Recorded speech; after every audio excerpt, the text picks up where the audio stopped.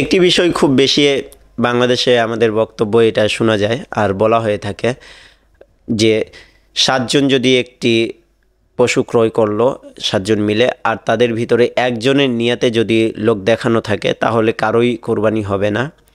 দেখেন, আসলে মাসআলা আছে এরকম, তবে এই বিষয়টি হয়তো অনেকে না বুঝার কারণে সাধারণভাবে বক্তব্য দিয়ে দেন।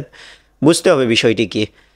যদি কোনোভাবে, মাসআলাটা হচ্ছে এরকম, যদি কোনোভাবে প্রকাশ পেয়ে যায়, যেমন মনে করেন আমি আমার 6 জন ভাইয়ের সাথে একসাথে গরু ক্রয় করলাম, 6 জনের সাথে 6 জনের কোরবানি ওয়াজিব ছিল, 6 জনের উপরে, আর আমার উপরে ওয়াজিব 7 জন মিলে যখন আমরা কোরবানির গরু ক্রয় করলাম, এখন ক্রয় করার পর আমার উদ্দেশ্য হচ্ছে লোক দেখানো, তো এটা তো অন্তরের বিষয়, তারা তো জানতে পারে না, প্রথম কথা।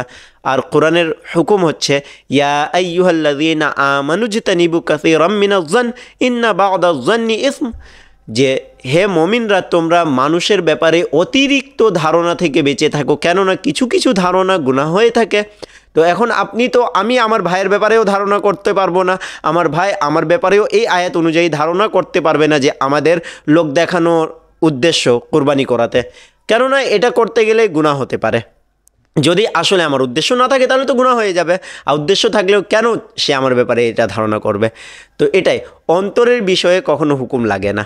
অন্তরে কে কী চিন্তা করছে এটা তার অন্তরের বিষয়, তার এই অন্তরে যদি কোনো বিষয়টা থাকে সেটা আল্লাহ তাআলা এবং তার বিষয়। তো এখানে আমাদের করার কিছু নেই। হ্যাঁ, কোনো এক কারণে যদি প্রকাশ পেয়ে যায় যে আমি নিয়ে আসলাম পশু, এবং আমার বিহেভিয়ার থেকে, আমার আচরণের মাধ্যমে বা আমার কথাবার্তার মাধ্যমে যদি প্রকাশ পেয়ে যায় যে না, আমি লোক দেখানোর জন্য এই আমলটি করছি, তখন এখানে হবে আমাকে সাইড করে দিতে হবে তাদের। কেন? এই যে প্রকাশ পাওয়ার পরেও যদি তারা আমার সাথে থাকে, তখন তাদের নেকির ভিতরে ত্রুটি হতে পারে, এটা ভিন্ন বিষয়।